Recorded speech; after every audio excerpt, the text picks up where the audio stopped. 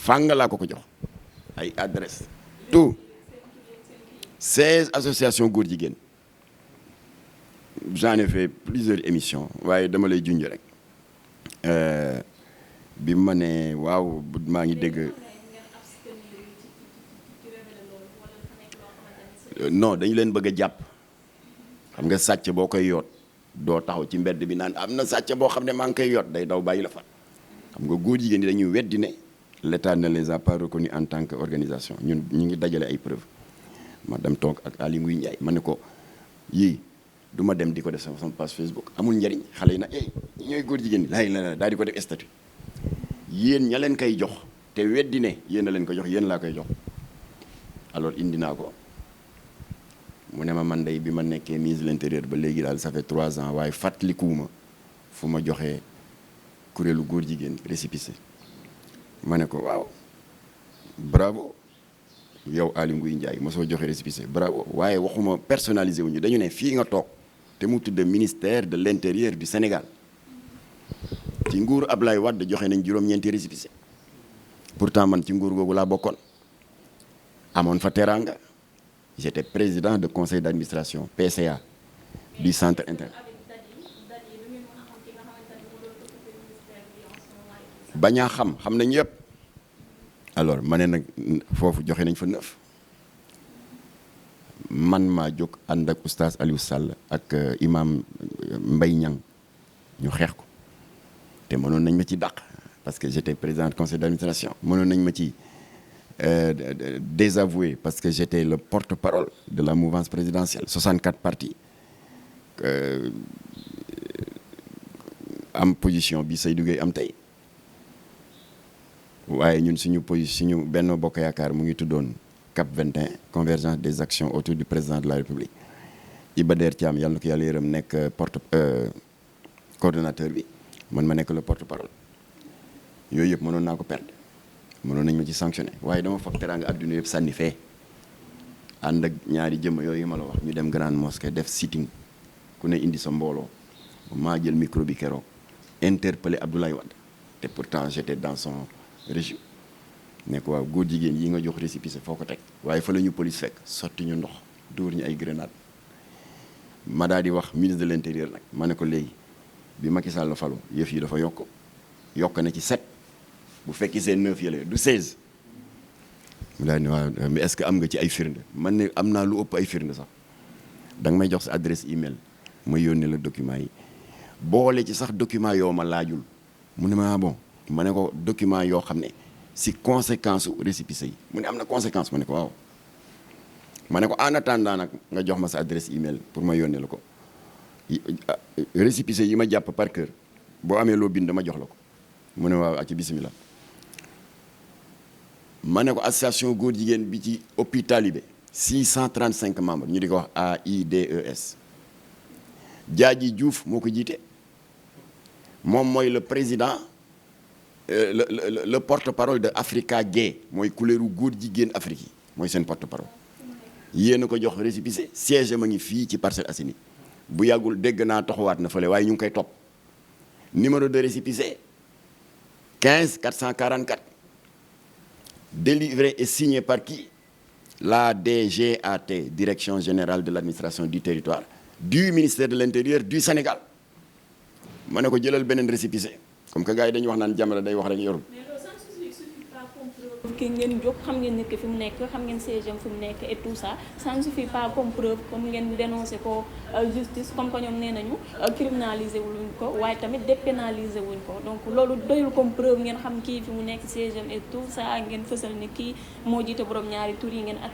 attaqué ko en justice comme il faut. waaw pour dissoudre association yi xotti récépissé yi ndax xam nga lu tax dinaa la wax conséquence récépissé yi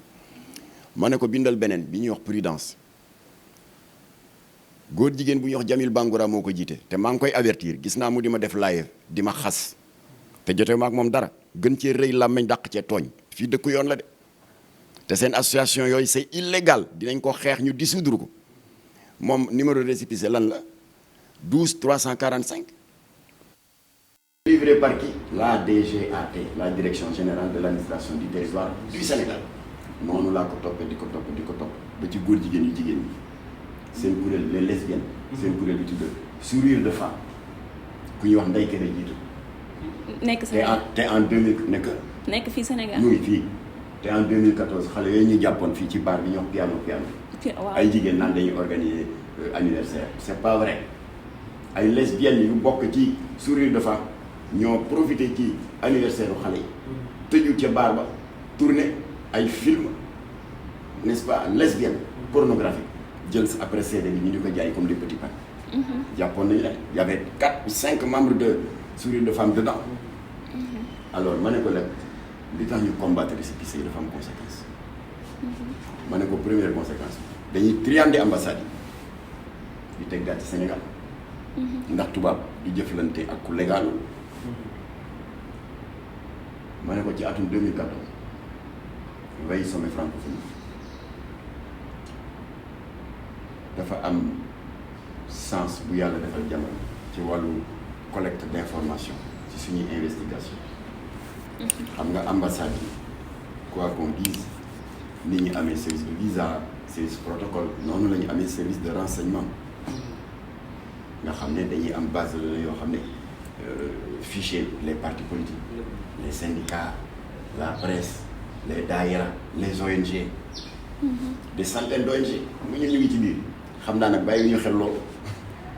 ñu daal di yónnee ONG yi benn listing benn mailing poste ñun ñu jot ci lan la mailing poste bi wax ma ne ministre de l'intérieur bi danaa la yónnee original bi en anglais waaye am nañ tam traduction ñaar yëpp naa la ko yónnee suñu traduction bu la doy lu nga jël bi traduire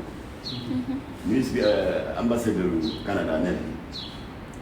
waaw borom ñaari tur yi bon Sénégal vraiment féexaluñu leen amuñu fi seen ak seen yelleef dégg naa sax dañuy am ay jafe-jafe pour accéder à certains emplois dañuy am ay jafe-jafe pour obtenir des financements de projets et cetera waaye yooyu yëpp jeex na ñun Canada réglé nañ ko créé nañ le FCIL. c'est l'ambassadeur du Canada qui parle. FCIL le Fonds canadien d'initiative locale. masalan léegi yéen góor jigéen ñi ku ci amati projet adresse email bii nekk fii ngeen yónnee ko fa am na commission bu koy saytu bu fekkee projet bi crédible na ñu financé ba 185 millions séddale nañ ko kuréelu góor jigéen yooyu ma la tuddale ma ne ministre bi nag ñun iñaanewuñu koo xam ne doomu réew mi nga ak jafe-jafe yi am ci dëkk bi chômage des jeunes les milliers de diplômés sans emploi alors bañuñu un organisme étranger une ambassade di yëkkati di leen dimbali waaye defin li moo ñaaw parce que bu fekkoon dafa ne ASC yi bàjjenu gox yi alors bref kuréel bu mu mënti doon ci Sénégal te bëgg projet te bëgg financement projet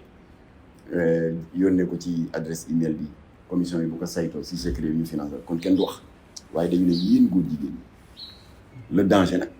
mooy yow mën nga am sa benn rakk sa benn jarbaat sa benn doom wala man sama rakk sama jarbaat sama doom xëy bés ne man ñaata at a ngi may ut visa aw ma ñaata at a ngi may ut financement projet ñu may gàntal te ambassadeur du Canada nee na créé nañ FCIL ku indi projet si c'est crédible à condition nga bokk ci kuréelu góor jigéen yi ñu financé la waa téema dem bokk ci kuréelu góor jigéen yi c'est ça le danger c'est un clin d'œil malsain moo tax dama ne ministre bi il faut dire au président Macky Sall ne détruire les récépissés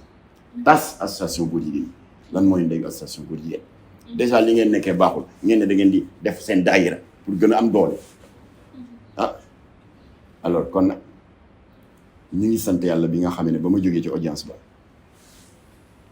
et parenthèse pour ñii naan naa leen jox yooyu ma jox ministre bi amul lu leen njariñ xam ngeen lu tax lu mel ni dafa amoon ci benn pays d'Afrique de l'Est responsable ONG yi bi gars yi def pression si ñoom sur les réseaux sociaux ñu mujjee cédé publier ci seeni page ay listu góor jigéen mais il y a eu des expéditions punitives am na ay góor jigéen yoo xam ne xam nga lu ñu leen def le supplice du collier yeew la ba nga ne cocc foofu ay pneu solo la ko seen pneu yu màgget di la ko solo ba mu egg ba fii ñu sotti essence taal ko une mort atroce responsable ONG yi sont en prison ña leen doon poussé naan yoru leen liste génn leen ko def nañ acte ba gën a lâche ñëw ñu sax jour procès ba alors kon ñun méthode boobu baaxul ñun suñu objectif c'est ñu tas association pour ñuy xotti récépissé yi su boobaa ci kan ngay def ka defar récépissé yi muy état du Sénégal foofu laa dem danaa la jox photo ba ma fa jël ak Aly Ngouille Ndiaye comme ça nga génne ko su may wax affaire Aly Ngouille Ndiaye moom laa ko jox mu ne ça ma ne ko preuve yéen a ngi yéen a leen ko jox amuñu ci droit xam nga lu ma tontu waaw bon en tout cas man day li ma xam mooy kuréel bu jóg xel demul ci kuréel buy ñëw fii ne kuréelu góor jigéen lañu dañu bëgg récépissé ma ne ko non ñoom duñu leen wax loolu ba pare mu ne ma et puis nu mu tuddati ku mënti doon buñ lay laata jox récépissé dañuy def enquête de moralité ma ne ko d'accord mais Sénégal enquête de moralité a priori moo am c'est-à-dire avant ñu lay jox récépissé waaye boo xasee ba jox nit ki récépissé amul enquête a posteriori pour xam ndax li nga wax ci dossier yi dëppoo na ak activité réelle bi ngay mener sur le terrain amul foofu ma ne fa la leen góor jigéen ñi nag alors ma ne ko kon fi ñu leen jaar comme que nee nga xel demul ci kuréel buy ñëw ne góor jigéen lañu dañu bëgg récépissé parce que récépissé dafa mu am solo carte d'identité la d'une association ni nga amee carte d'identité kii am ko man ma am ko waaw fii laa dëkk date de naissance adresse et cetera association tam pour mu légal carte d'identité mooy récépissé mooy parti politique pour nga am une reconnaissance légale nga yóbbu récépissé syndicat wala leneen alors xam nga booy sàkku récépissé de reconnaissance ci état bi ñetti këyit ngay joxe statut su kuréel bi procès verbal d'assemblée générale constitutive ak lu ñuy wax déclaration d'objet social boo dee syndicat nga ne waaw dama ko créer pour défendre les intérêts matériels et moraux des travailleurs su dee association journalistes animateurs comme yéen ngeen ne waaw dañ ko créer pour défendre nos intérêts et cetera su dee parti politique nga ne c'est pour participer à la conquête démocratique du pouvoir et cetera et cetera ma ne ko góor jigéen ñi yaakaar nga ne dañ leen di naan dañ ko créer parce que bu jamais dañuy fen daal di def fausse déclaration d'objet social ma ne ko dinaa la jox monsieur le ministre ñetti exemple de fausse déclaration d'objet social benn bi dañ am nañu naan waaw dañ ko créer parce que dañu bëgg a jàppale les personnes du troisième âge qui sont souvent confrontées à des problèmes de santé ñi naan waaw ñun suñu bos dañ ko créer pour jàppale orphelins yi xam nga yooyu ñii naan dañ ko créer pour venir en aide aux malades du sida pour faciliter leen l'accès aux antirétroviraux et entre parenthèses boobu moo ëpp ci lay yi ndax xam nga Sénégal yàlla daf ñu baaxee ak yar gi fi am éducation bi ak jub gi ak yiw gi OMS Organisation mondiale de la santé régulièrement lay yónnee gouvernement du Sénégal lu ñuy wax satisfecit ndax dañu gis le taux de prévalence sida dafa néew ba daf leen jaaxal parce que boo demee Afrique centrale da gis ay taux yu jéggi dayoo 34% de sidéens 45% c'est-à-dire 100 yoo jël 34 yi am nañ doomu jàngoro ci dëkk yooyu waaye OMS bu mu ñëwee Sénégal 1% sax matu ko xam nga lu ñu am fii 0,7%. loolu daf leen jaaxal mais ñoom bi ñu defee enquête ñu gis ne effectivement diine ji daf fi am doole famille yi dañ leen yàgg di yar ci yiw et cetera vagabondage sexuel yi barewul ni mu bare ci réew yooyu daf leen yéen waaye bi gouvernement Sénégal jëlee communauté góor jigéen ber leen le taux de prévalence est de 27%. te du waxi BP-Actu du waxi Jamra c'est l'État du Sénégal à travers le CNLS le Conseil national de lutte contre la sida moo wax boobu statistique kon téeméeru góor jigéen boo jël ñaar fukk ak juróom-ñaar ci ñoom am nañu doomu jàngoro moo tax foofu entre parenthèses même bu dul ay aayaat ay addis ak loolu rek doy na jàngat pour nga xam ne li ngeen nekk musiba la baaxul ñun nag stigmatisé wu ñu leen diabolisé wu leen suñu ay compatriotes ni bu ñu sañoon ngeen dellu tegu ci siraatal mustaqim loolu rek la alors kon nag boobu moo ëpp ci lay waaw xam nga un ministre de l'intérieur ku ñëw ne la dama bëgg a récépissé wax la ay déclaration d'objet social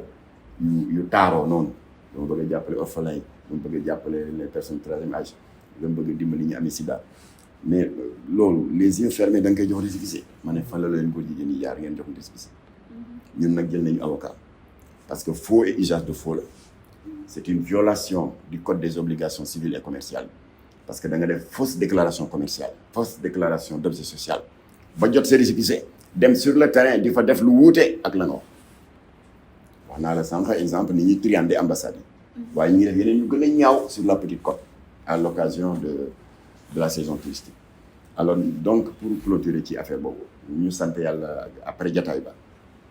te loolu yéen ñiy laaj liste yi mënu leen ko régler donc ba ma wax ak ña ko sos te war ko régler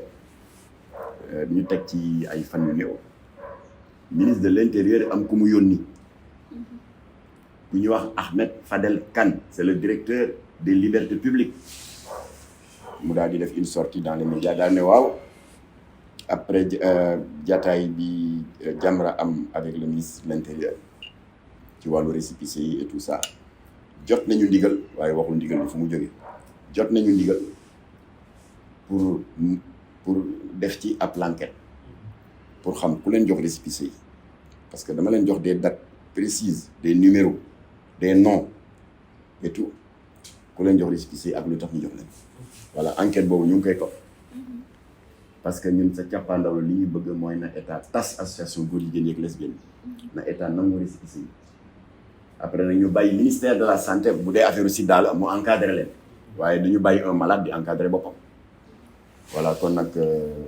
tontu baa ngoog ci ñuy laaj liste góor jigéen yi. waaw man su ma dikkaatee ci question bi ma la posé sànq cité nga seen tur cité fa ñu dëkk cité li nga xamante ni ci la ñu làkkate et tout ça lan ngeen di xaar pour passer à l'attaque. attaqué nañu ba état bi léegi ñu ngi ci procédure de dissolution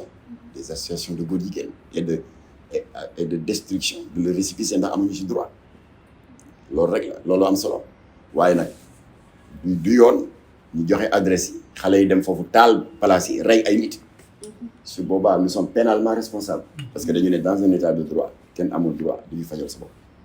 voilà yoon nga koy def te gëm naa ni affaire état ba dana ko mën jusqu'à son terme pour que mu mën a nekk en cohérence avec la déclaration de Macky Sall bi naan légaliser ko voilà donc pour mu ne en cohérence